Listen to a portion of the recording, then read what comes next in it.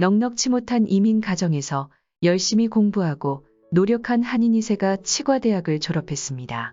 학비 때문에 군에서도 4년 근무했습니다.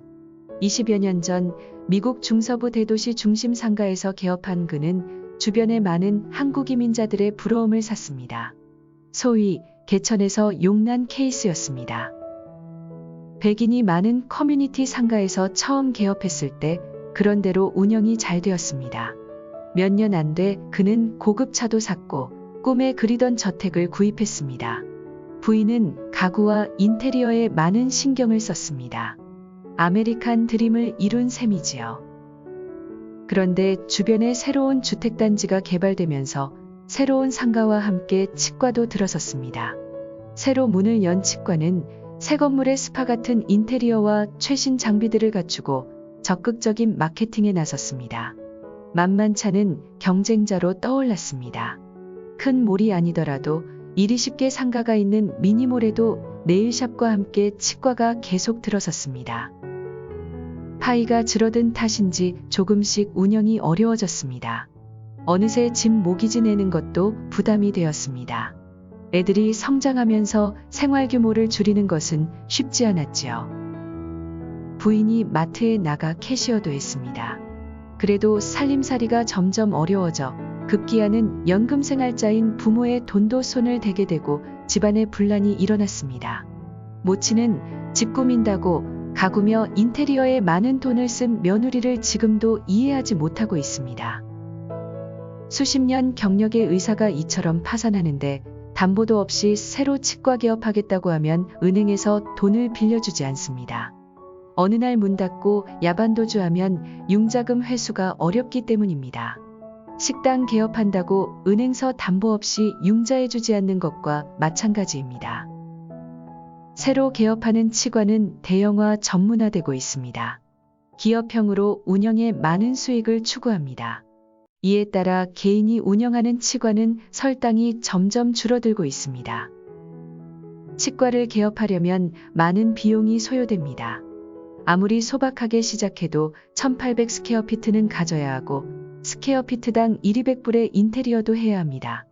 세이프티넷 솔루션의 조사에 따르면 유니체어 3개의 치과를 연다 해도 스타트업에 60만 달러, 그리고 약품비, 재료비, 인건비, 리스 보증금, 관리 소프트웨어, 마케팅 비용 등 1년 운영비 30여만 불을 합치면 100만 불 가까이 소요되는 것으로 나타나 있습니다. 유니체어, 엑스레이, 멸균 장치 등 치료 장비나 기구비도 최소한 30만 달러가 소요됩니다. 그렇게 개업을 했는데 경쟁에 밀려 사람이 오지 않으면 문을 닫을 수밖에 없습니다. 그러니 치과 개업하면 은행서 돈을 빌려주지 않는다는 이야기가 오래전부터 나온 것입니다. 미국 대도시에서 새로 개업하는 치과는 대형화, 전문화, 프랜차이즈화되고 있습니다. 미주리주 스프링필드에서 최근 문을 연 이노베이티브 덴탈이 그 좋은 예입니다. 너무 커고 화려해서 스파인지 호텔인지 분간 못할 정도입니다. 넓은 주차장과 정원, 화려한 로비, 첨단 시설로 무장된 치료실이 기본입니다. 기본 치과 진료는 물론 임플란트, 교정, 보존, 수술 등 전문 진료 분야를 다 갖고 있습니다. 마치 혁신을 주도하는 기업같이 마케팅도 잘하고 있습니다. 기업형이다 보니 파산하는 치과병원도 나오고 있습니다. 캐나다 에드먼톤에서 6개의 덴탈 클리닉을 운영하던 코아덴탈 그룹은 지난 2019년 500만 불의 부도를 내고 파산했습니다. ATB금융사는 코아덴탈에 무려 660만 불이나 융자해준 것으로 드러났습니다. 대학을 갓 졸업한 치과 의사들은 이제 개원이란 꿈에 부풀어 있기는커녕 수십만 불에 달하는 학자금 빚을 어떻게 갚을 것인가를 걱정합니다. 졸업을 해도 대도시에서 일자리를 찾기는 힘듭니다. 다른 분야도 마찬가지이지만 모두들 경력자를 원하고 있습니다. 일단 받아들인 뒤 훈련시켜주는 그런 시대가 지나갔습니다. 결국 신참 치과 의사들은 중소도시나 시골로 밀려나 페이닥터로 일을 시작해야 합니다. 치대 졸업생이 맞아야 하는 현실에 대한 치과 의사 케빈 구이 설명을 들어보겠습니다. 치과대학 졸업생들이 안아야 하는 학자금 빚에 대한 심각성에 대해 환기시켜 드리고 싶습니다. 옛날 치과 의사들은 치료를 하기 위해 주로 손을 사용했습니다. 그러나 지금은 과학과 의학으로 치료합니다. 이 때문에 공부하는데도 비용이 많이 소요됩니다. 등록금도 해마다 급상승하고 있습니다. 부모 찬스가 없으면 졸업하자마자 엄청난 빚쟁이가 됩니다.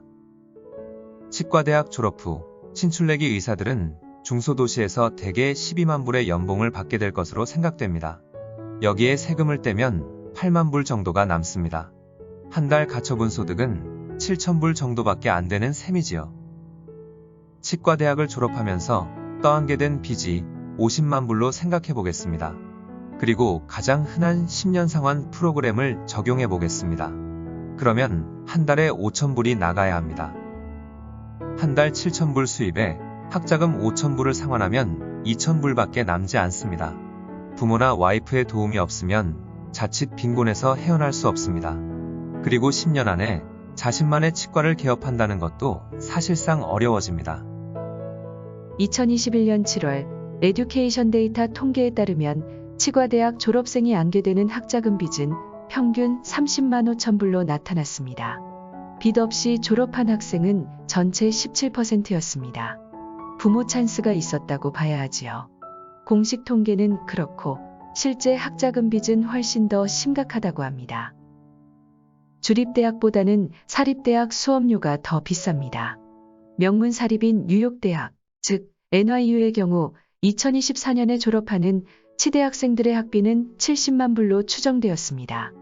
이러다 보니 이렇게 많은 수업료를 들여 졸업해서 제대로 본전이라도 뽑을 수 있겠느냐는 회의도 학생들 가운데서 나오고 있습니다.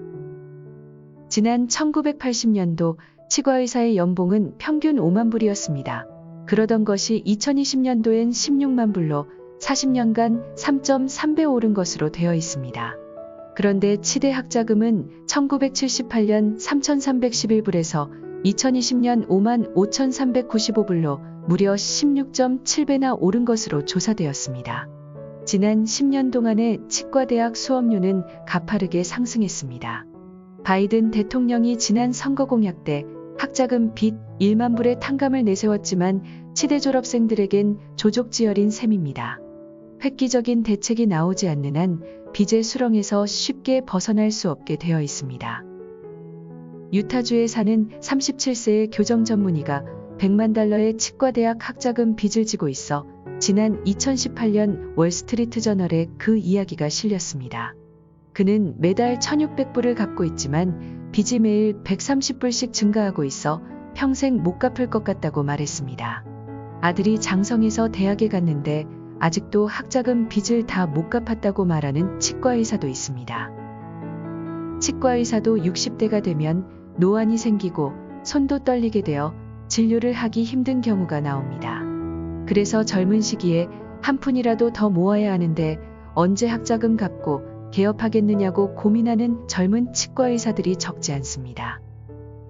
교정, 구강안면외과, 치과보존 등 전문의가 되려면 또다시 몇 년간의 인턴 과정을 밟아야 합니다.